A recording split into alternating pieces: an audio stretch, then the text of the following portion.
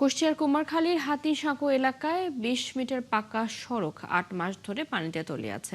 এতে দুর্ভোগে পড়েছে ২ ইউনিয়নের কমপক্ষে ১ লাখের বেশি মানুষ। বাসিন্দারা বলছেন, সড়কে ব্রিটিশ আমলে তৈরি একটি টানেলের কারণে বছরের পর বছর তারা এই দুর্ভোগে পড়েন। শাহিন আলীর তথ্য ছবিতে প্রতিবেদন। নিত্যদিনের এমন ভোগান্তির চিত্র কুষ্টিয়ার কুমারখালীর নন্দলালপুর ইউনিয়নের হাতিসাঁকো এলাকায়। মাত্র ২০ মিটার পাকা সড়কটি এখানকার মানুষের আতঙ্কের আরেক নাম। বর্ষা শুরু হলেই পানিতে তলিয়ে যায় সড়ক, আর সেই পানি শুকাতে সময় লাগে ৮ থেকে ১০ মাস। বৃষ্টি হয়, ছাউনি এম্বা হয়, এই যে এখন আপাতত ৫-৬ মাস এম্বায় থাকবে না। এখন সমস্যা চারিদিক বন্ধ হয়ে গেছে, বালু টালু ফেলা যায়, সব জায়গায় বন্ধ আটকানি।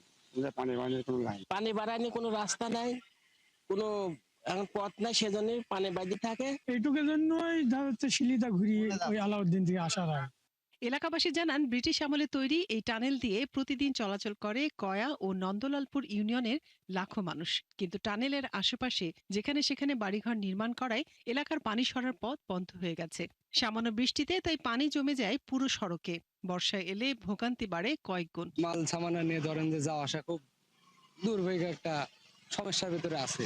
বছরে যে এরকম পানি বাঁধে, এই পানি আছে বাড়ানোর কোনো দিক থেকে কোনো উদ্যোগ কেউ নেয় না। আগে সাইকেল নিয়ে যেতাম, তো সাইকেল নিয়ে যাওয়ার মতো এখানে পরিস্থিতি কোনো নেই। এলাকাবাসীর অভিযোগ, বছরের পর বছর এমন ভোগান্তি হলেও প্রশাসন বা জনপ্রতিনিধি কেউ কোনো উদ্যোগ নেয়নি। পানি সরানোর অপারগতার কথা স্বীকার করে উপজেলা প্রকৌশলী জানান, সরকারি বরাদ্দ পেলে দ্রুত সমস্যার সমাধান করা হবে। পানিটা বাড়াইতে হলো রোড অ্যান্ড হাইওয়ের আলাউদ্দিননগরের ওই পয়েন্টেই একটা পাইপ ছিল, যে পাইপ দিয়ে এই পানিগুলো বাড়ায় বড়াইতে না।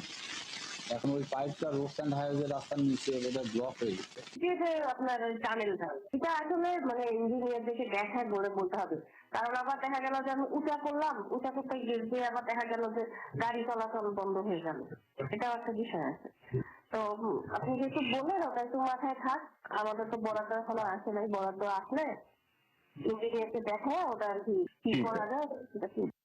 ১০০ বছর আগের তৈরি একটি টানেল এখন দুর্ভোগের কারণ হাতিসাঁকো এলাকার মানুষের। মনিরা কাচুরি, ৭১।